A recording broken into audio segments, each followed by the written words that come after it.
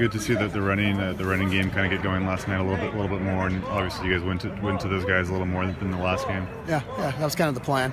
2 weeks ago, the plan was to kind of get our receivers more involved in this game, was just kind of take what they gave us, and the backs had a good day. How much of it was them? How much of it was the offensive line maybe opening up some more holes for those guys? Well, it's always the offensive line. I mean, we go nowhere without them. So they did a heck of a job, and our backs ran hard and got us into the right plays all night long. So it made it nice. You guys use that shovel pass pretty effectively.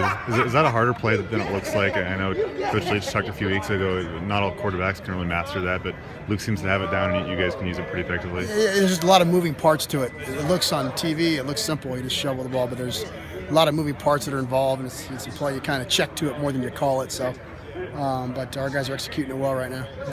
You guys talk a lot about making the first person miss. Is that something, especially yesterday, the last few weeks, maybe that you guys have done a pretty good job of, whether it's breaking a tackle or eluding someone? Yeah, last 3 years actually. That's been a big emphasis around here.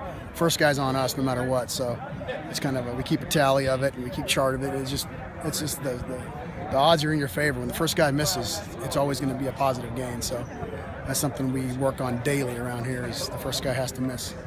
How much USC film have you guys been able to dive into today? It's been a short turnaround, I know, but a lot, about 8 hours worth.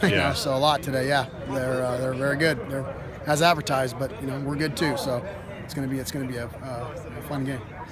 Does their defensive front really look kind of physical, and it's a USC front, so they're going to have speed and strength and all those things you would expect? Sure. I mean, but we face a good front every day with our defensive front. So, I mean, if you ask me, they're comparable to each other. Our defensive line, our front seven and their front seven are comparable. So, but it's all about execution. You can have the greatest players in the world, but you have to execute. So that's kind of the goal this week, is to make sure we execute at a high level. Your three guys are obviously from Southern California, grew up, and maybe you grew up as a USC fan. I know James said that Burbank, there's a ton of them. Yeah. Do they seem pretty excited to play this game? Yeah, not yet. I mean, I think it's still early, but they're going to be. I mean, anytime you get to play your hometown school or schools that, quote, overlooked you in recruiting, you have a little chip on your shoulder, just like when we play UCLA every year, So, yeah, it's early in the week, but I'm sure once Wednesday, Thursday get here, they're gonna start feeling it.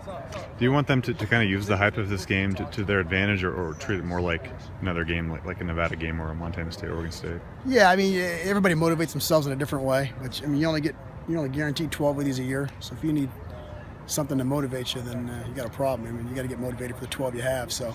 But yeah, it'll be extra motivation, the crowd and the game. It's a big game. There's no fooling anybody. It's a big game, and but it's only in our mind. It's just the next game, because they're all big from here on out. So they're looking forward to it. I'm looking forward to it. But we still got a lot of work to do between now and then. Yeah.